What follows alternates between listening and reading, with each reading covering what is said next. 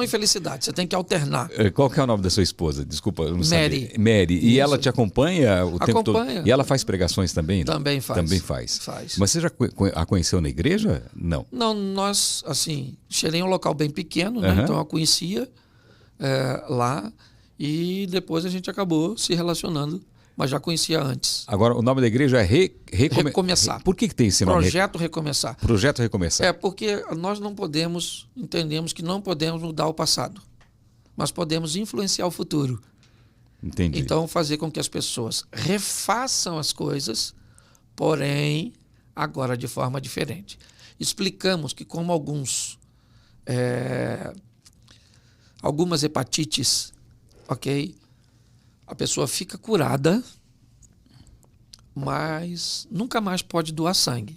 Então a gente explica que tem pessoas que fizeram coisas no passado que as descredenciam a viverem coisas no futuro. Uau! Entendeu? Tem coisas que você faz no passado que você pode consertar e lhe permite voltar.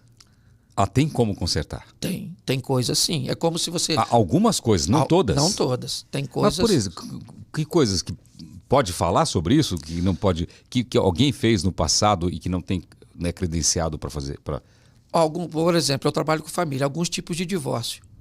Entendi. Alguns tipos de divórcio, biblicamente, não dão direito ao indivíduo a casar de novo. O divórcio, na Bíblia, é um pecado? Não. O divórcio não é pecado. Não é pecado? Não. O pecado é um novo casamento incorreto. Por isso é que as pessoas precisam entender que, biblicamente, a única saída de verdade do casamento, ela é para baixo. Entendeu? Então é melhor pensar antes de entrar, porque... Entende? Então, eu sei que hoje, com o humanismo ateísta, essa visão do homem no centro de tudo, mas eu não mereço ser feliz? Bom, merece, é lógico que você merece. Agora, você não precisa casar para ser feliz, nem para fazer sexo, você precisa casar. Para você não morrer, você precisa de ar, você precisa de água, você precisa de comida, você precisa de sono. E isso, se você não tiver, você morre. Sexo, não. Entende? Então, tem coisas que descredenciam. Por exemplo, um camarada, ele divorciou, enfrentou um divórcio, e eu tenho um ministério na igreja de casais. Ele vai poder trabalhar, dar aula, mas ele não vai ser o líder desse ministério, porque aquilo que ele vivenciou lá atrás o descredencia para viver outras coisas lá na frente. Se as pessoas acham correto ou não, eu não posso negociar com elas. Eu posso negociar com elas meu carro, minha casa, sim, né? Mas eu não posso negociar com elas os valores de Deus. Que maravilha. Quais são os conselhos que o pastor mais dá para os casais?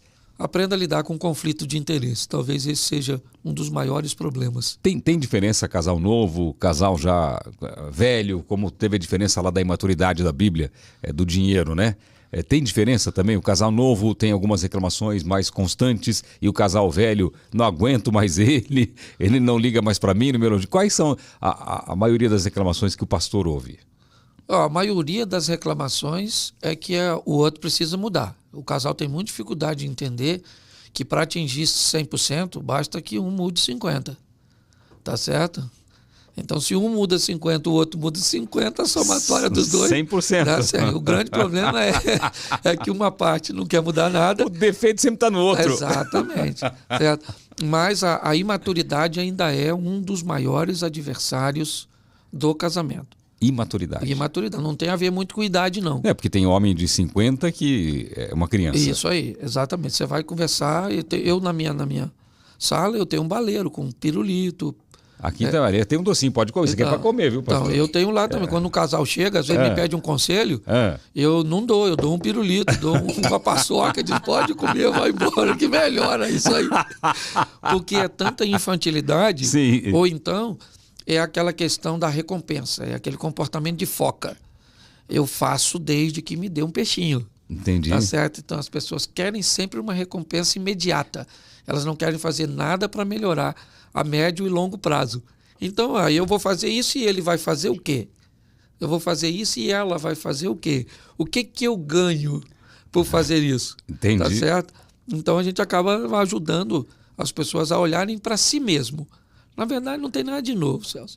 Casamento eu vou hoje, desde as periferias até os alfaviles. É tudo igual. É tudo igual, meu irmão. Não tem esse negócio, né? É complicado. Onde tem um homem e uma mulher... Já falaram que o casamento era uma instituição falida. Isso não é verdade, né? Não. Presta atenção. Casamento não tem problema. Isso é mentira. Quem tem problema são os bonequinhos que compõem o casamento. Quem tem problema são pessoas. Certo? Casamento não tem problema. Entendeu? Quem vai casar precisa entender que casamento é quase um sistema prisional semiaberto. Como assim? Ué, você sai para trabalhar de manhã, volta para dormir em casa e tem um encontro íntimo lá uma vez ou outra. É mais ou menos isso, entendeu? Ai. Deve ter muitas reclamações do casal que não tem sexo, que não faz sexo, que não procura, um não procura o outro, e deve ter também aquele cara que quer toda hora. Deve ter esse tipo de reclamação, né? Tem. Os que querem toda hora é mais exceção. Tá. Tem alguns, bem poucos, certo? E tem crescido o número, pelo menos, talvez por causa da liberdade de expressar, as mulheres hoje querendo mais sexo que homens. É mesmo? Nós temos um grupo aí, irmão. Quer tomar um suco, pastor? Não, obrigado. Vou tomar um suquinho aqui. Tô na água. Mulher querendo mais sexo que homem? Tem isso aí. Mas tem mudado isso? Eu não sei, se tem mudado, eu não sei. Eu sei que tem chegado o meu conhecimento, você entendeu? Se mudou, talvez isso já existisse, mas elas tinham um pouco de... Como assim? Uma mulher que quer... Entendi. Poderia ser Talvez mal compreendida. Uma vergonha de externar, né? Isso, isso aí. Mas os motivos pelo qual o homem faz sexo é um pouco diferente da mulher, né? O homem, por exemplo, o que motiva o homem na maioria das vezes é o estresse, esse estresse superficial do dia a dia. Isso motiva? Isso motiva. Se ele estiver estressado demais, aí não adianta, não, né? Tá. Mas esse estresse, peguei um engarrafamento, aconteceu isso, tive um aborrecimentozinho, e o cara fica meio... Pô, cara, a hora que chegar em casa eu vou tomar um calmante, né? Mas em contrapartida, o estresse do dia a dia impede que a mulher tenha um interesse por sexo.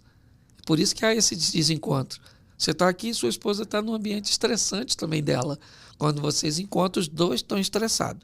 Ela quer bater um papo, conversar, falar para desestressar. E você quer fazer sexo. Pronto, já saiu faísca. Aí já era. Não tem um senso comum entre os dois, né? Isso aí. E é difícil entender isso, hein? Então, depois que você entende, você pode combinar como as coisas funcionam. Certo? Fica tranquila hoje que eu vou ter um dia um pouco estressado. Não, pelo menos bater um papo, né, como é que funciona. Certo? Sim. Olha, hoje eu estou estressado. Vamos resolver? Ao invés de uma partida oficial, vamos jogar uma peladinha, por exemplo. Tá. Bota um chinelo aqui, outro ali, vai só suar e tá tudo resolvido. Certo? Então, eu acho que essa intimidade, Celso, que é legal poder falar disso, sabe? Sim. Brincando, sem cobrança, sem só tenho você, e sem aquela coisa que dê ao outro a obrigatoriedade de fazer as coisas. Eu acho que essas pessoas são meio atrapalhadas com isso. Tem algum divórcio que é permitido? Existe isso, não? Segundo Jesus, o divórcio ele só acontece por causa da dureza do coração.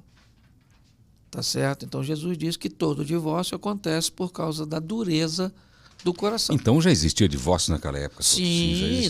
O Moisés, ele oferecia, né, a quem o procurasse a carta de divórcio. Foi essa a reclamação dos fariseus a Jesus. Mas espera aí, Moisés, desde aquela época, oferecia a carta de divórcio, como é que o senhor vem falando agora? Tá. Né? Aí Jesus disse, mas não era assim desde o princípio, certo? O casamento, ele é opcional, ok? Só que pessoas não sabem da seriedade dele, Celso. Então, se ele soubesse a seriedade do casamento... Qual que é a seriedade do casamento? Porque tem uma promessa ali, pelo menos na Igreja Católica, tem todo aquilo que o padre fala, que é na alegria, na tristeza, na saúde, na doença, que é até o fim, né? Então, a questão é o seguinte, quando as pessoas vão se casar, elas deveriam entender que elas vão eleger, nesse mais de 8 bilhões de pessoas no mundo, uma pessoa só. Uma pessoa. O casamento é monogâmico, biblicamente. Tá certo? Ele é vitalício, então só troço ruim. Isso é uma pessoa só. Para sempre. É para sempre. Você vai ter que esperar essa pessoa morrer para você ficar livre. As pessoas dizem porque há um texto bíblico que deixa o adúltero aprisionado, certo? Aquele que adulterou, Sim. e o outro fica livre. Entendeu? Mas mesmo para esse, o divórcio só vai acontecer porque há dureza de coração. O adúltero não quer mudar, a vítima que não quer perdoar, então sempre vai culminar nessa que Jesus questão. disse que é Dureza do coração. dureza do coração. Dureza do coração, certo? Então, as pessoas precisam entender que o casamento não é brincadeira, tá certo? E, para isso, elas precisam se tornar responsáveis. E é complicado. Eu vejo as pessoas com muita dificuldade de lidar com isso por causa dessa banalização. Você já teve crise no casamento, no seu casamento? Claro, eu tenho 32 anos de casado, irmão. 32 anos? Eu já... A pauta de divórcio apareceu poucas vezes. Entende? Mas como que você lida quando aparece uma pauta dessa? Ruim assim? Sim, no seu casamento. No meu casamento. Bom, o meu casamento, as crises que ele teve, o maior culpado fui eu. Minha mulher é tranquilona, certo? Tá. Ela é desafiadora, mas ela é muito mais tranquila do que eu. Então, na maioria das crises que nós vivemos, o problema era comigo.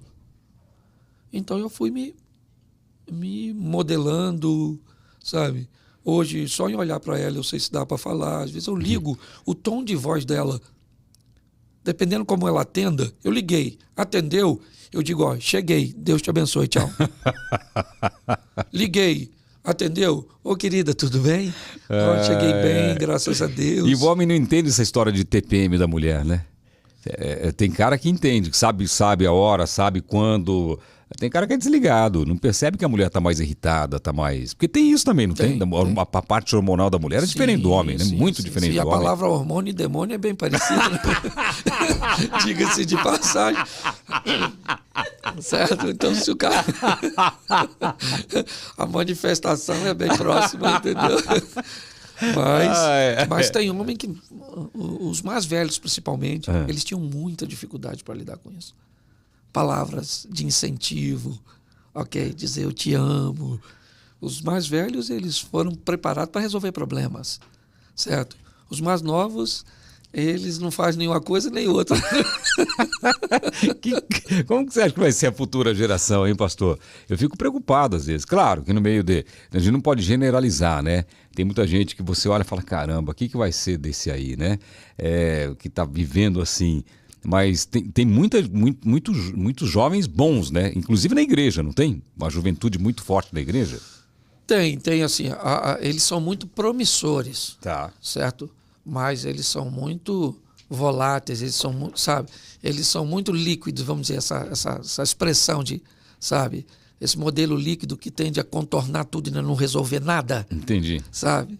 Então, eles, na maioria eles querem um mínimo de cansaço possível, um mínimo de estresse possível, tá certo?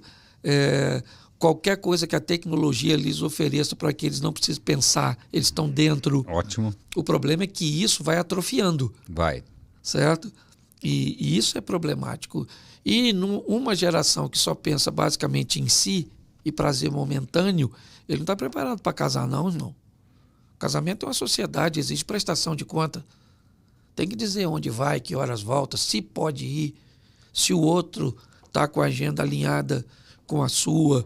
Comprei. Filhos. Aí é outra fase, irmão. Aí é uma outra.